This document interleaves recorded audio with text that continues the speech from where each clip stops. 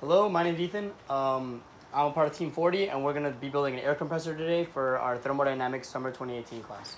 The reason we chose an air compressor is because it's a very relevant and useful tool in today's society. It's used in a lot of very important technologies and is a part of much larger systems in this ever-sustainable world that we're trying to create. Today we're going to show you how a battery pack will then power a DC motor, spinning a turbine, which will then move a piston, pushing air in and out of a vessel, and then having a hose coming out of that vessel, and then having that compressed air fill up a balloon. We're also going to talk you through how air compressors are used throughout some different type of technologies, like how some applications that they have. And so that's pretty much it. Let's see how we're going to do it.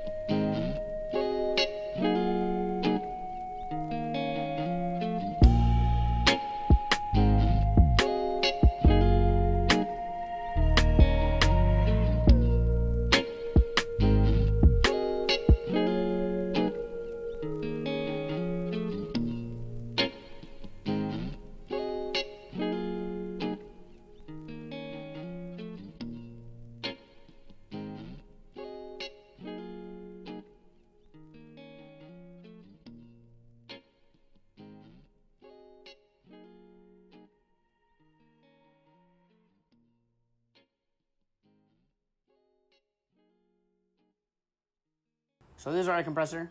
This is the final design that we've built. I'm just gonna walk you through every part to see how they do work on each other and how each part is supposed to move. So here we have a battery pack that puts out about 7 volts of current, and that does work on this motor right here. So this motor then, as it spins, like you can't see the end of it because it's kind of integrated with this turbine right here. As it spins, this turbine will spin with it. And with this attachment that we've built, we've allowed this turbine to then move this piston in and out of this vessel, this Coca-Cola can vessel. So we've layered the metal part, the aluminum part of this vessel, of this piston, with leather to reduce the amount of air that escapes to increase efficiency. And then if you come around here on the other side, you'll see how we've created holes on this side. So as this piston is pumping in and out, it's sucking air. It's pumping air in and out. So some of the air will escape, so there'll be some mass flow back out this way. However, the, useful air that we're looking at here will travel through this. As you see, we've created a little hole for a hose here. So some of the air that gets pumped will escape and go through this hole and fill up this balloon, this hose, and fill up this balloon. So that's essentially how our air compressor will work.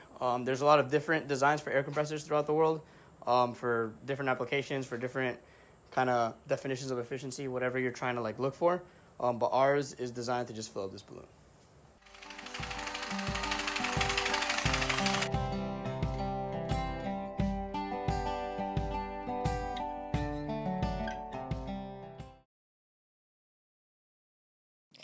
This is a visual representation of our system. We have our motor attached to a battery, which then powers the piston, and the piston powers the air compressor, which blows up the balloon. The motor is powered by a battery. We're assuming the motor to be 100% efficient. The red line represents the boundary of our system. We have work out due to the motor and work into the piston. We also have mass flow of air into the piston and a mass flow of air out of the piston. We have heat out due to the air compressor and work into the piston, or out of the piston into the air compressor. We first start with energy balance. We're assuming steady state conditions in a closed system. We have energy in minus energy out is equal to the change in internal energy of the system. The change in internal energy is equal to 0 because of steady state. This equation is then equal to Q in plus work in plus 1/2 mass in times the velocity squared plus mass in times gravity times height plus mass in times enthalpy minus heat out minus work out minus 1/2 mass out times the velocity squared plus mass out times gravity times height minus mass out times enthalpy. We're assuming that the work out of the motor is equal to the work into the piston. This equation then simplifies to equal work in piston plus mass of air in times enthalpy in minus heat out of the air compressor minus work out of the piston minus mass out of air times enthalpy out, which is equal to 0. This equation can then be rearranged to equal work out of the piston, which is equal to work in of the piston plus the mass flow of air multiplied by the enthalpy in minus the enthalpy out minus the heat of the air compressor out. The change in enthalpy is equal to Cp delta T. This equation can then be rearranged to a final product of the work out of the piston is equal to the work in of the piston plus the mass flow of air multiplied by the heat capacity multiplied by the change in temperature of the air minus the heat out due to the air compressor.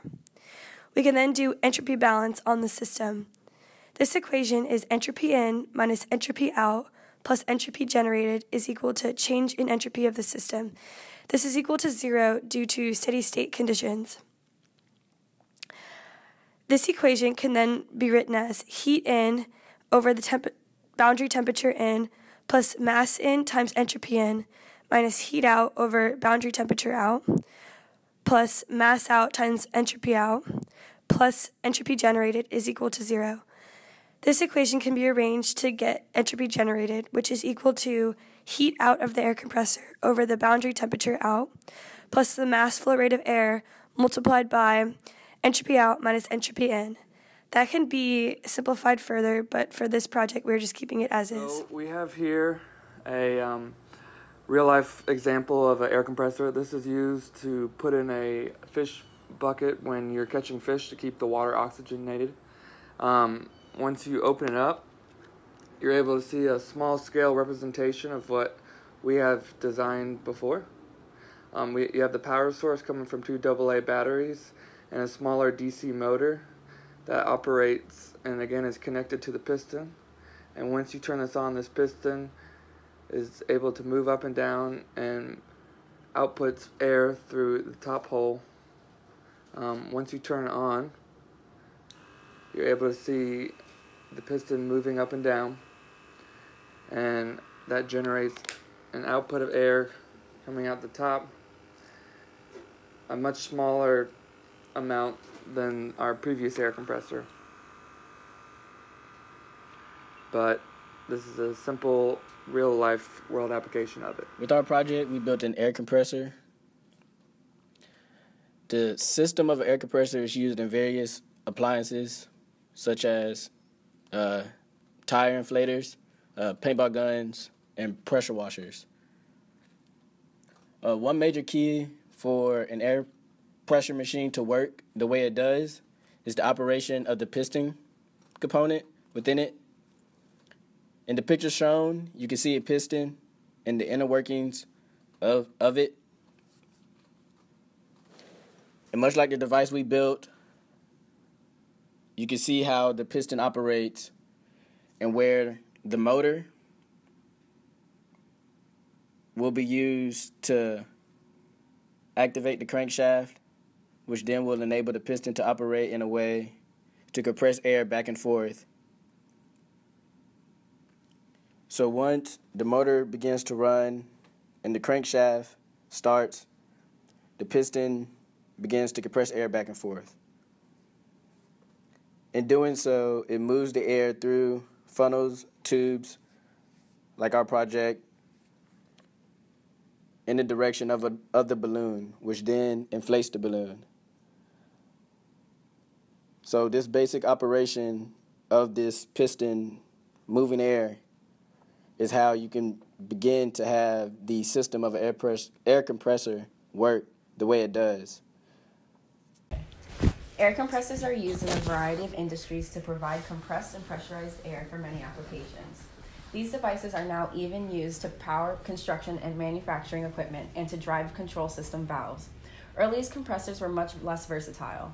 The advent of air compressor dates back thousands of years. The earliest air compressor was actually the human lung.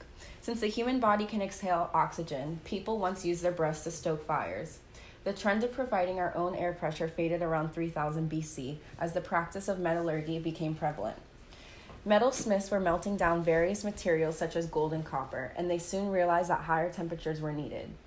Healthy lungs can only produce 0.02 to 0.08 bar. 1 bar equates to 14.5 psi of air pressure. Hardly adequate for metalworking tasks. In 1500 BC, a new type of air compressor was invented, called bellows. This device was a handheld and later foot-controlled, flexible bag that produced a concentrated blast of air ideal for achieving high-temperature fires. Air compressors were used for more than just metalworking in those days. They were also used for mining and fabricating metals and providing ventilation to underground areas. By 1800, people began using air compressors to transmit energy. Austrian engineer Victor Popp created the first compressor plant in Paris in 1888. In just 3 years, Popp's 1,500 kilowatt compressor plant grew to 18,000 kilowatts. More innovations in air compression kept improving upon the process and soon began incorporating electricity and pneumatic energy. Today, there are so many diverse types of modern air compressors to consider. Who knows what potential air compressors have to help us in the future? For this reason, we really enjoyed working to understand how they operate at a thermodynamic level. We hope you enjoyed the video. Thanks.